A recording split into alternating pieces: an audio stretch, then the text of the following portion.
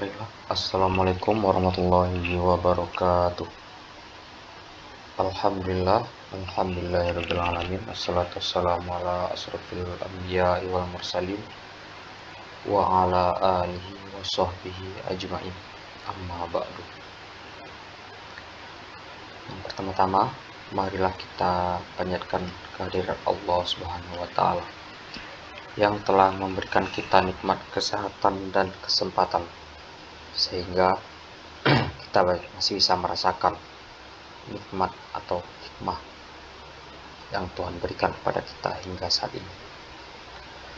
Kemudian salawat beserta salam saya panjatkan kehadirat Allah, saya panjatkan kepada Nabi Yuna kita Muhammad Sallallahu Alaihi Wasallam yang telah membawa kita dari zaman jahiliyah ke zaman Islamnya. Baiklah, tanpa memperpanjang mukadimah, di sini saya akan menjelaskan secara ringkas tentang konflik organisasi dan konflik antar lembaga pemerintahan. Baiklah, sebelumnya perkenalkan, nama saya Muhammad Akil Ilham dengan NIM B1B1222015, Prodi Ilmu Pemerintahan. Mata kuliah Manajemen Konflik dengan dosen pengampu Bapak yang terhormat Bapak Fajar Alan Syahrir, MSI. Baiklah, tanpa berlama-lama, langsung saja masuk kepada materi yang pertama, yaitu tentang pengertian konflik organisasi. Konflik organisasi adalah pertentangan yang terjadi dalam suatu organisasi akibat adanya perbedaan kepentingan, tujuan, persepsi, nilai, atau metode kerja antara individu atau kelompok dalam organisasi tersebut. Konflik ini merupakan proses interaksi yang timbul dari ketidaksesuaian atau ketidakcocokan antara dua atau lebih dalam hal tujuan, nilai, atau suatu kepentingan. Kemudian yang kedua adalah pengertian konflik antar lembaga pemerintahan. Konflik antar lembaga pemerintahan merupakan pertentangan yang terjadi antara institusi pemerintah dalam pelaksanaan tugas, fungsi, dan kewenangannya. Konflik ini dapat diakibatkan oleh tumpang tindih kewenangan, perbedaan interpretasi peraturan, atau persaingan sumber daya. Kemudian di dalam konflik tersebut ada yang namanya konflik vertikal dan konflik horizontal. Yang pertama, di sini saya akan menjelaskan tentang konflik vertikal. Konflik vertikal terjadi antara lembaga pemerintahan yang memiliki hierarki yang berbeda. Misalnya antara pemerintah pusat dengan pemerintah daerah, atau antara pemerintah provinsi dengan pemerintah kabupaten. Konflik ini sering berkaitan dengan masalah kewenangan, implementasi kebijakan, atau alokasi anggaran. Jadi konflik vertikal itu seperti konflik dari atasan dengan bawahan atau konflik bawahan dengan atasan. Kemudian yang kedua adalah konflik horizontal. Konflik horizontal adalah konflik yang terjadi antara lembaga pemerintahan yang berada pada level hierarki yang sama, seperti antar kementerian, antar dinas di tingkat provinsi, atau antar pemerintah daerah yang berdampingan. Konflik jenis ini biasanya menyangkut koordinasi batas wilayah atau kompetisi sumber daya. Jadi konflik horizontal ini biasanya saling pangkat yang sama antara lembaga yang sama. Jadi tidak ada perbedaan antara atasan ataupun bawahan. Jadi mereka bertentangan sesama kewenangan di level yang sama.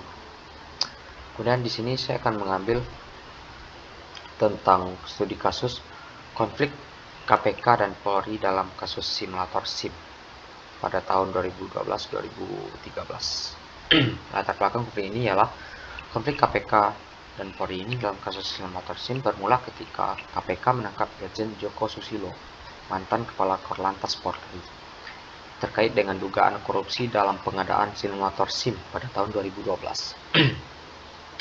Polri juga sedang melakukan penyelidikan terhadap kasus yang sama. KPK memutuskan untuk mengambil alih kasus tersebut sebagai dengan wewenangnya untuk menangani kasus korupsi yang melibatkan kerugian negara dalam jumlah besar.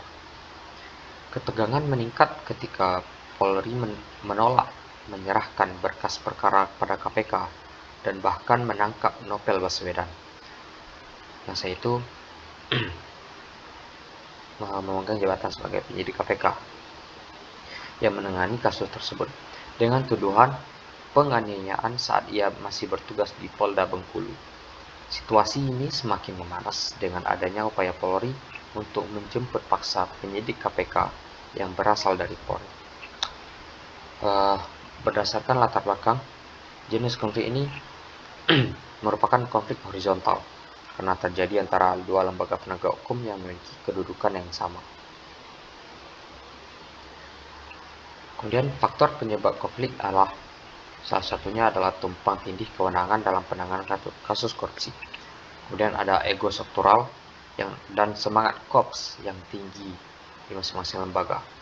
Kemudian perbedaan interpretasi terhadap peraturan perundang-undangan.